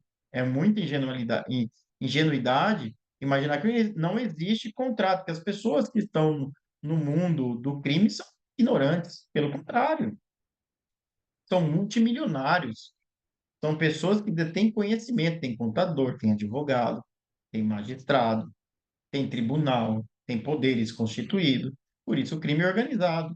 É um Estado paralelo. E eles firmam contratos. Só que os contratos que eles firmam são contratos ilícitos, né? E sendo ilícito, eles não possuem o elemento essencial a negócios jurídicos regulados pelo Estado. E aí, neste caso, alguns são considerados crimes, outros contravenções e outros pura e simplesmente ilícito civil, tá? Mas não deixam de ter vontade das partes livres, não deixam de ter objeto, não deixam de ter forma, não deixam de ter a causa. Porém, faltam para eles a questão de objeto lícito e forma não defesa em lei, tá? Então, aí, nesse sentido, nós temos a invalidade desse negócio jurídico, que é criminoso, inclusive. Quais são os defeitos que a gente pode ter, então, que podem viciar essa vontade? Defeitos. Primeiro, o erro, né? Erro, você compra gato por lebre, tá? Então você errou, né? Pode ser um erro formal, um erro material, mas existe um erro.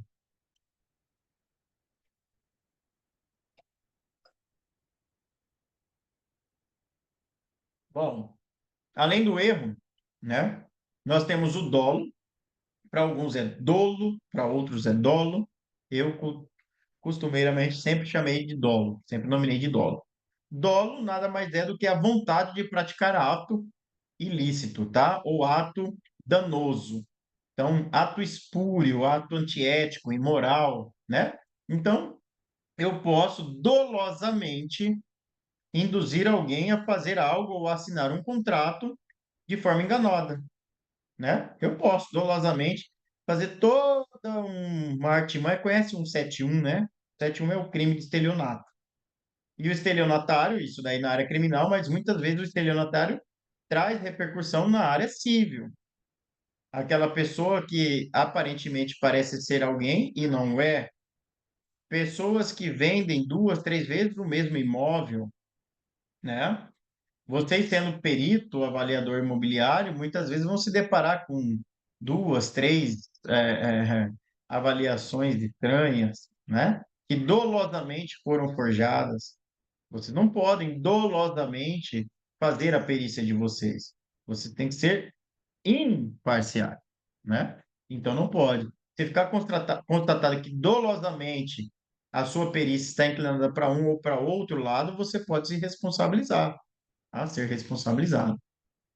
Coação, como eu já falei, também são defeitos do negócio jurídico, né? Pode ser a coação física ou moral. Física, aquela que está com uma arma apontada, ou que alguém te bateu, ou te coloca em cárcere privado, etc., até você assinar ou firmar aquele tipo de negócio jurídico. Ou psicológico ou moral, aquela coação de ameaça, né? Muitas vezes ameaça. Ó, se você não assinar, eu não vou te dar isso. Se você não fizer isso, não vou fazer aquilo outro. Vai deixar de comer, né? Olha, se você me processar, eu não banco mais sua faculdade, e assim sucessivamente, tá? Então, isso é coação. Nós temos a simulação, como eu já tinha falado anteriormente. A simulação também é um defeito dos atos jurídicos, dos negócios jurídicos, em que você simula um contrato de compra e venda quando na realidade não existiu, né? Geralmente nessa simulação, são onde nascem os grandes pomares humanos, né? Aí o pessoal fala, mas professor, o que é um pomar humano? Então, onde as pessoas cítricas se encontram, as laranjas, os limões, né?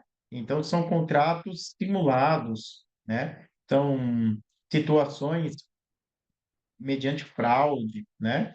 Então, aquelas pessoas que se dizem proprietário e não o são, quando na realidade o proprietário está utilizando ela como laranjas ou como escudos para blindagem do próprio patrimônio de origem ilegal, né? Ou de legalidade duvidosa, tá? Então, esses são os que são contratos simulados, tá lá, ó.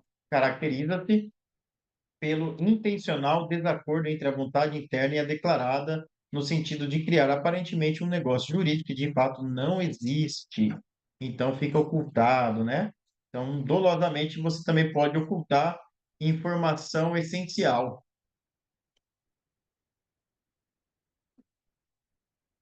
Continuando. Aí nós temos fraude contra credores e fraude à execução, né?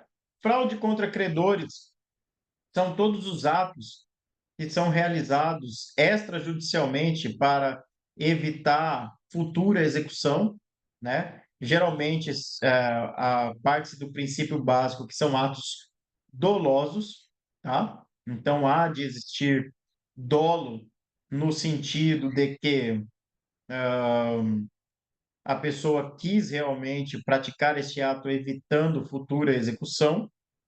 Então, você sabe que você não vai dar conta de pagar as suas responsabilidades da sua empresa, e aí você vai lá dolosamente, tira tudo do nome da empresa, passa para primo, para sobrinho, papagaio, amigo, e quando entram com as reclamações trabalhistas, não existe mais nada dessa empresa para ressarcir os direitos dos trabalhadores. Então, isso pode ser caracterizado fraude contra credores, tá? Isso antes de um processo. São atos extraprocessuais, né, em que você dolosamente faz o desvio dos seus recursos ou patrimônio para evitar futura execução. Mas, na realidade, você permanece sendo de fato o proprietário desses imóveis e desse patrimônio como todo dessas rendas. Porém, de direito, quando é pesquisado, não. E aí isso pode caracterizar a fraude, e você, caracterizando a fraude, pode sim o Poder Judiciário, a- vamos dizer assim, abocanhar o que realmente é de fato seu. E fraude à execução, tá? Já existe um processo de execução. Geralmente, o executado já foi citado. Então, eu não vou repetir a diferença entre citação e intimação, que eu já falei no início da aula. Então, a gente tem aí a citação já ocorrida, e depois de citado, ele dilapida o seu patrimônio, os seus bens e os seus valores, no intuito de fraudar a execução, ou seja, de não ter lastro lá no final do processo para solver suas obrigações.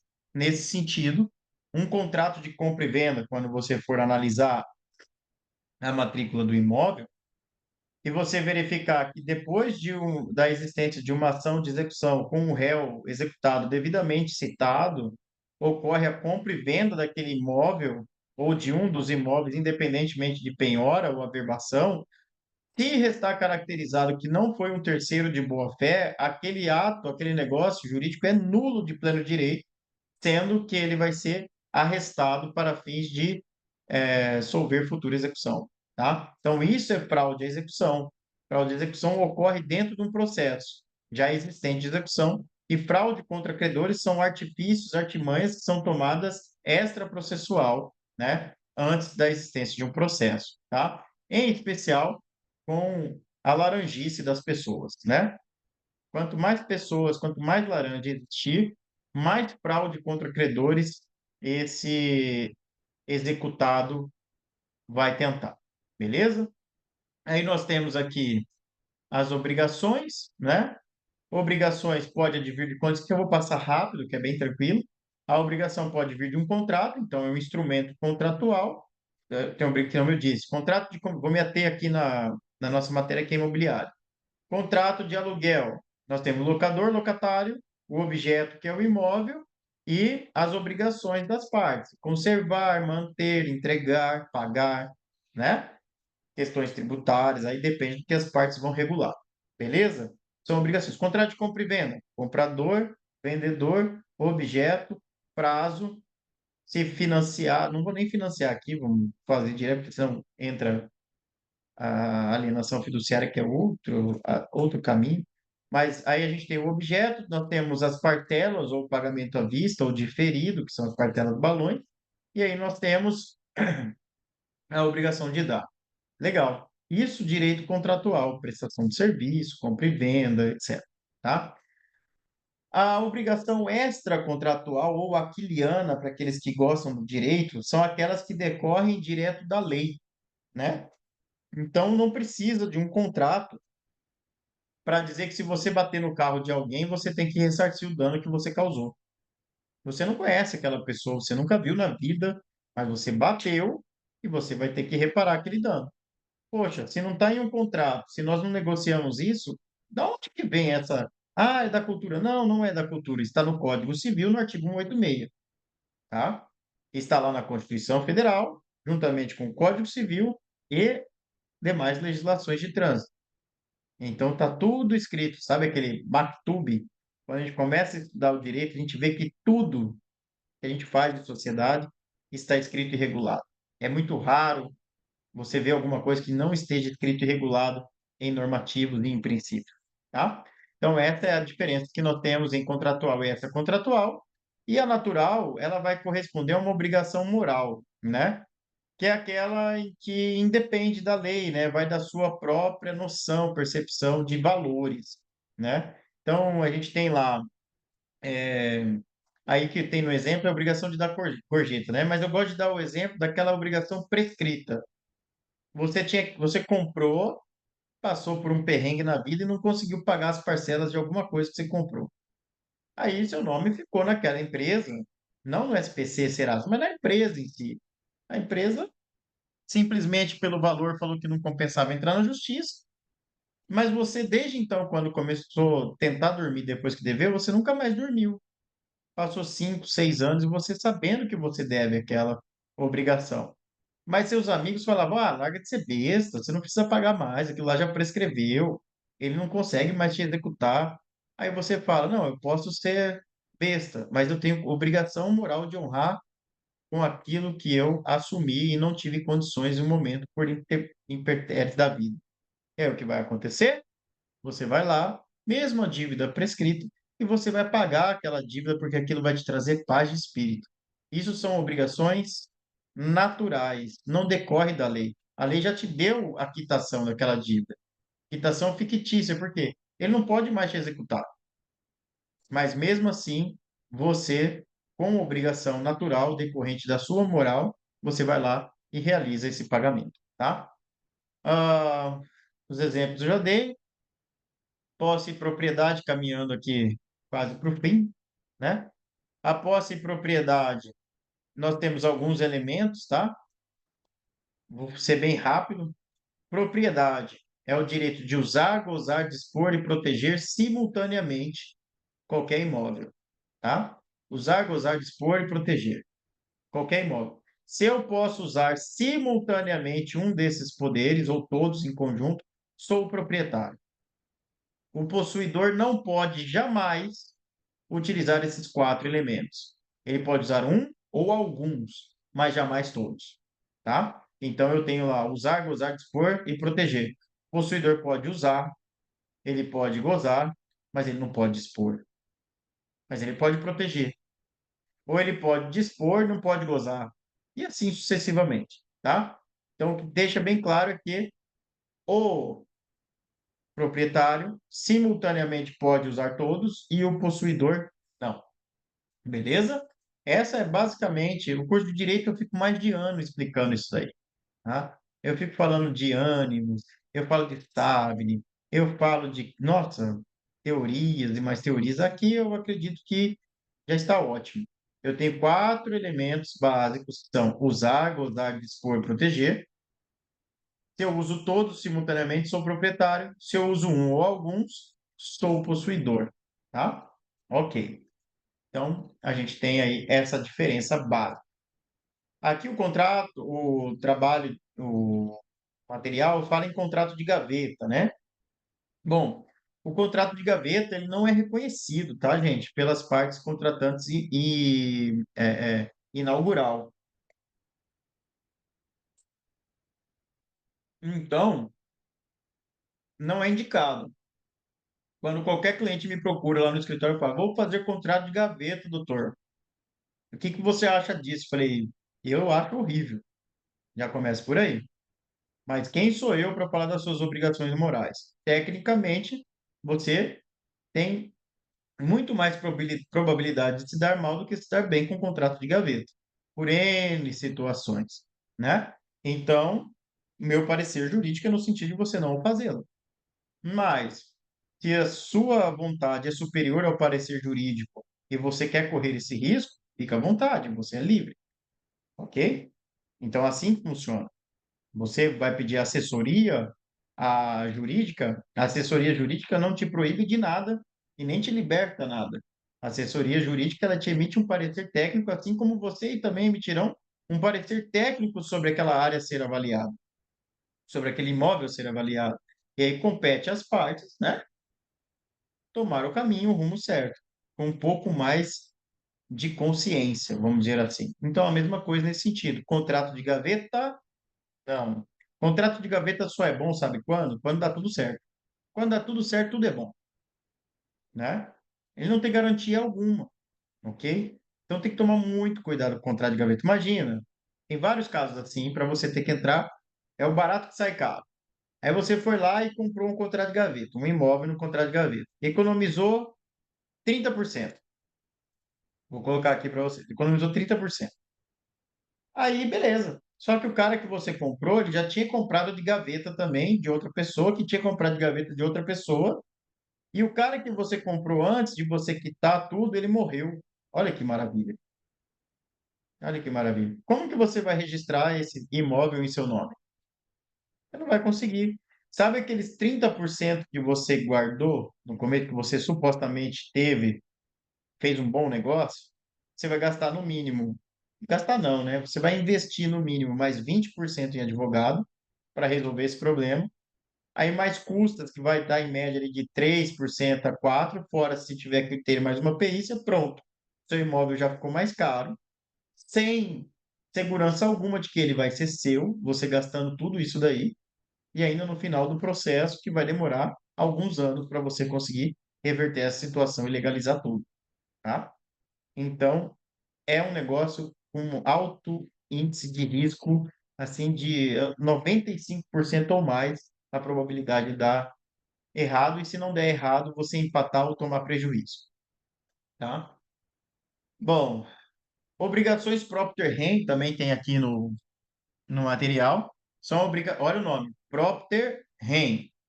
Res ou rem em latim é coisa, tá? Tradução livre aqui, coisa. Propter, próprio. Então, são obrigações próprias da coisa, independente do CPF ou CNPJ que estejam em cima da coisa. Então, vou dar o exemplo clássico, a obrigação condominial, né? As taxas condominiais. Obrigação do condomínio, da taxa condominial no imóvel é do imóvel, não fica vinculado ao CPF. Então não adianta nada você colocar no contrato de compra e venda, no contrato de aluguel, você vai lá colocar lá, ó, fica estipulado entre as partes que a partir da emissão na posse é de responsabilidade do locatário honrar com os pagamentos do condomínio. Beleza. Para o condomínio e nada, isso daí é a mesma coisa, tá? Então, vamos supor que você ficou um ano sem pagar a taxa condominial e você saiu por despejo. Legal. Só que o condomínio não vai cobrar o despejado, o condomínio vai cobrar o proprietário, tá? O condomínio vai cobrar aquele que está vinculado à matrícula do imóvel. E se este proprietário, que era locador, tiver um contrato de locação cujo locatário era o responsável em seu lugar, ele vai ter que pagar o condomínio e este valor que ele pagou vai entrar na via regressiva contra o locatário inadimplente com o locador e não com o condomínio, tá? Para vocês entenderem que a obrigação próprio terreno, ela não se altera mediante convenção das partes, ou seja, mediante contrato, assim como também as obrigações tributárias, tá? Então, as obrigações tributárias, elas também não são alteráveis mediante convenção das partes. E fique bem claro, que pode acontecer é uma das partes executar a outra porque não atendeu à sua convenção, mas jamais contra o titular do direito, que é ou a fazenda municipal, estadual ou federal, ou o condomínio, porque essa obrigação é próprio terreno ou é uma obrigação tributária. Beleza? Então, isso é bem legal, né? Tá aí, ó, vinculação ao direito real, possibilidade de exoneração pelo abandono do direito real, transmissibilidade por meio de negócio jurídico de IPTU, condomínio, etc. Tá? Bom, direito de ação e prescrição, processo e procedimento já falei, e autos. Então, prescrição, gente, para ficar bem claro para vocês, falta menos de 15 minutos para a gente encerrar, passou muito rápido hoje, né? A prescrição é a perda da possibilidade de eu ingressar com ação judicial em razão do decurso do tempo. Em outras palavras, camarão que dorme na onda morre na praia. Beleza? Então grava isso. Camarão que dorme na onda morre na praia. Por quê? Aquela pessoa que dormiu, né? Dormiu no seu direito, não executou a pessoa no prazo estabelecido na lei, vamos supor, 5 anos. Você tinha 5 anos para entrar com a sua ação de execução. Você tinha 5 anos para entrar com a sua ação de cobrança. E você não o fez, você perde o direito de entrar com a ação. Isso nós chamamos de prescrição. Beleza? E aí, você perdendo esse direito, nada mais você pode fazer, prescrito está a possibilidade de você receber aquilo de forma legal, né? Ou extracontratual. O que não está impossibilitado de você receber aquilo decorrente da obrigação moral do devedor, né? Sem coações, tá, gente? Sem coações. Mas mexer no coração ou na mente, às vezes, tem muito mais resultado do que você querer um embate judicial, tá? Às vezes não, eu posso falar com sobra de confiança de que sempre é o melhor resultado. É a boa educação, o carisma, a empatia, a conversa e, como Jó, a paciência, né? A paciência é a alma do negócio, tá? Com muita paciência, eu tenho certeza, nós não vamos chegar nem perto do que Jó foi, mas com muita paciência e discernimento, você resolve todos os seus problemas, sem a intervenção do Poder Judiciário, em tempo infinitamente menor do que aquilo que você demandaria no Poder Judiciário, tá? Então, o que nos falta muitas vezes é paciência, porque nós somos diuturnamente também estimulados a litigar no Brasil, né? Eu posso falar isso com propriedade, eu sou advogado, o cara vai lá me procurar e falar, não, não entra com ação judicial. É a mesma coisa você ir numa loja de roupa, olhar para a vendedora e falar, essa roupa ficou boa em mim? Né? Não, a vendedora vai falar, não, ficou horrível. Vai na concorrência, que a concorrência tem uma roupa que vai ficar muito mais bonita em você, né, gente? Pelo amor de Deus, né? Então, a gente tem essa situação moral, tá? Aí nós temos processo de conhecimento e execução, eu já falei, processo procedimental, foi falado. Agora, indo para o final, né? Os auxiliares da justiça são todos aqueles que atuam no processo. Então, a gente tem o escrivão, chefe de secretaria, oficial de justiça, perito, depositário, blá, blá, blá. Vou explicar cada um deles para vocês, tá? Escrivão, nós não falamos dessa nomenclatura mais hoje em dia aqui no Tribunal de Justiça de Mato Grosso. Como escrivão, leia-se gestor, tá? Gestor. Então, é o gestor da escrivania que vai fazer a gestão do procedimento processual. É ele que vai dar os andamentos, né? É ele que vai formular os documentos oficiais dentro de um processo, um mandado, a, a questão das certidões, certificação no processo, numeração. Vou dar ele que coloca o processo nos trilhos, tá? Aí nós temos, além do escrivão, o chefe de secretaria, o oficial de justiça é aquele que cumpre a ordem, faz cumprir a ordem judicial para as partes, né? O antigo senhor Meirinho, né? Que é de meio, né? Ele que faz a mediação entre a ordem judicial e e a ciência e a realização dessa ordem.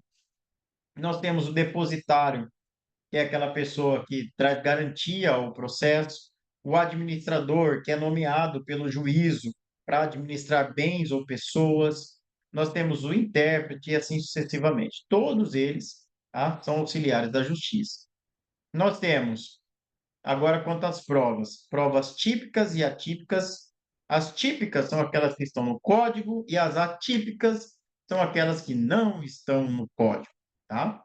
Ou seja, ela vai decorrer de uma legislação extravagante, fora do Código de Processo Civil, ou desde aquelas situações que não vão contrárias ao bom direito, à licitude, né?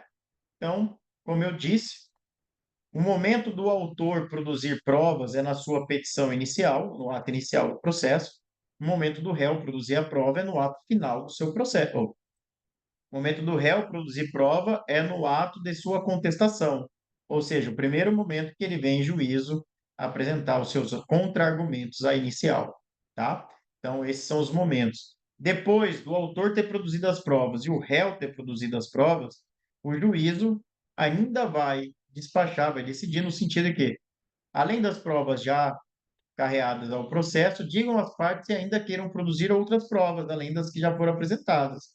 E se assim o quiserem, que justifique.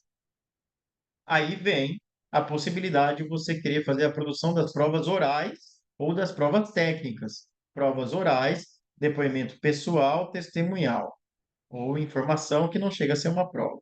E aí nós temos as provas periciais, que aí pode ser perícia de avaliação imobiliária, perícia de engenharia, perícia contábil, perícia medicinal, aí infinidade de perícias, tá? Dependendo do objeto do processo. Então, a gente tem aí a instrução do processo é o momento da produção dessas provas, do seu início até o fim dessa produção. Acabada a instrução, vai para a fase de decisão de sentença processual, tá? Quais são os meios de prova, então? Nós temos aqui todos os artigos que estão no meio de prova no devido processo legal pelo Código Civil. Vou explicar cada uma delas para a gente encerrar a nossa aula e abrir para pergunta, tá? Ata notarial. Ata notarial nada mais é do que você pegar esse documento aqui, tá? E você levar para um cartório e pedir para o cartório atestar que isso aqui é original e fidedigno, beleza? Então, o cara lá do cartório, ele vai chegar e vai falar, não, realmente esse livro aqui é original, tem tantas páginas, a coloração é essa, e atesta para os devidos fins de direito que isso aqui é fidedigno. Pronto, isso é uma ata notarial, tá? Bem curto e grosso, é uma ata notarial. A ata notarial, ela tem sido muito utilizada no Poder Judiciário pelas partes para a produção de provas advindas de aplicativos de mensagem. E hoje é muito fácil você manipular as mensagens, né? Nós estamos vivendo a era das fake news. Então você pode manipular uma conversa em um WhatsApp e querer induzir o juízo a erro. Para evitar esse tipo de situação, pede-se para que faça uma ata notarial da sua conversa em aplicativo de mensagem. Beleza? Então, aí sim vai ter força probatória. Não há unanimidade quanto à necessidade da ata notarial para prints de tela, para conversas em WhatsApp ou aplicativo de mensagem, mas é sempre bom ter essa cautela, porque já foi decidido em várias vezes, de forma reiterada, que a ausência da ata notarial para esse tipo de documento o invalida como prova para fins de direito, tá? Então, fique bem claro isso para os senhores e para a senhora. O depoimento pessoal, então, muitas vezes é requerido o depoimento pessoal para esclarecimento de alguns fatos ou complemento de alguns fatos constantes, tanto na petição inicial ou na contestação. A confissão, né, a própria confissão também faz prova em direito, não que necessariamente essa confissão vai ser absoluta no processo enfim, o que ele falou vai ser verdade absoluta e o juiz vai julgar como foi confessado. Não necessariamente, tá? Então, podemos ter várias outras provas no processo e a confissão pode vir a complementar alguns fatos. Exibição de documentos ou coisa, né? Vou dar um exemplo na área bancária. Muitas vezes você vai até o banco e não consegue o contrato, o seu próprio contrato, né? De financiamento, empréstimo, etc. Nesse sentido, você pode entrar com uma ação de exibição de documentos, que é justamente para forçar que aquela parte traga ao processo o documento que ela te negou extrajudicialmente, tá? Ou pode ser simplesmente uma fase processual, como a inversão do ônus da prova, que é possível no âmbito dos juizados especiais, através do direito consumidor ou na justiça comum também, com o mesmo direito. Aí nós temos a prova documental, próprio nome é autoexplicativo, qualquer documento lícito obtido de meio lícito, você pode juntar ao processo para a comprovação dos seus direitos ou dos seus argumentos ali. A prova testemunhal não se confunde com depoimento pessoal. Depoimento pessoal é das partes, autor ou réu, ou autor e réu, mas a testemunha é uma prova que não é o autor e não é o réu, senão seria depoimento pessoal. É uma testemunha, ela é um terceiro à parte do processo que não guarda interesse direto ou indireto, nem amizade íntima, nem inimizade declarada com um dos participantes, tá? Isto é ser testemunha, mas que tenha conhecimento do acontecimento. Tenha conhecimento do acontecimento. Horrível isso, né? Mas que tenha conhecimento dos fatos narrados lá, tá? Então, ele tendo esse conhecimento, a pessoa, a parte, pode chamá-la para testemunhar a seu favor, e a outra, obviamente, pode.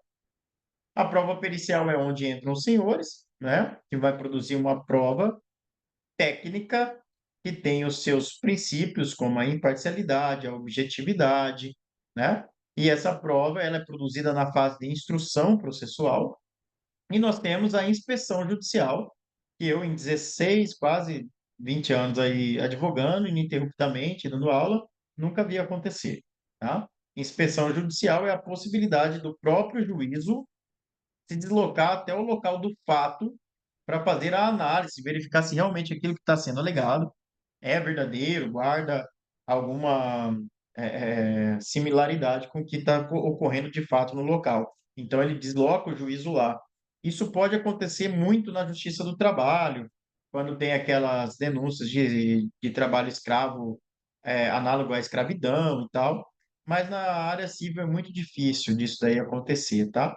Pode acontecer também na questão do direito de família, mas no nosso direito imobiliário é bem difícil isso daí acontecer, eu nunca vi isso daí acontecer, tá? Aqui embaixo vai estar tudo no, no material de vocês, explicando o que eu já expliquei, só que de forma escrita, né? E aí, vamos ver aqui, penhora, avaliação, expropriação, resíduo, embargo, liquidação, bom, basicamente é isso, né? Aí eu agora vou parar de compartilhar a tela aqui, que fica em cima. Fica em cima, eu vou focar agora aqui em vocês. Perguntaiada livre, fiquem à vontade. Já estamos 9 horas da noite já. E vou deixar aberto, caso tenham dúvidas, estou aqui para isso. Se não houver dúvidas, a gente caminha para o fim, encerrando a aula. Pergunta aberta, pessoal. Pode ser no chat, como pode ser aqui pelo vídeo. Estou aguardando. Se não tivermos, em 1 minuto, eu encerro a sala. Obrigado.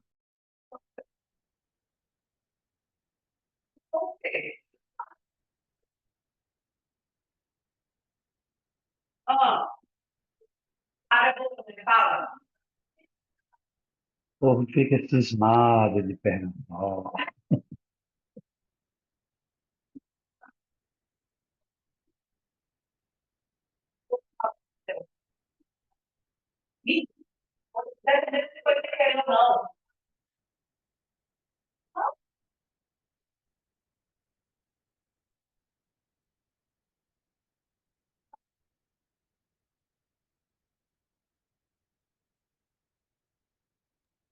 Então é isso, gente. Foi um prazer enorme estar com vocês. Espero que futuramente nos encontremos nos processos judiciais da vida, né? E que vocês sejam profissionais éticos, próbeis. Eu tenho certeza que vocês sairão daqui para o sucesso profissional ainda mais na vida de vocês. Muito obrigado, uma ótima semana e que vocês continuem caminhando e trilhando o caminho do sucesso. Valeu!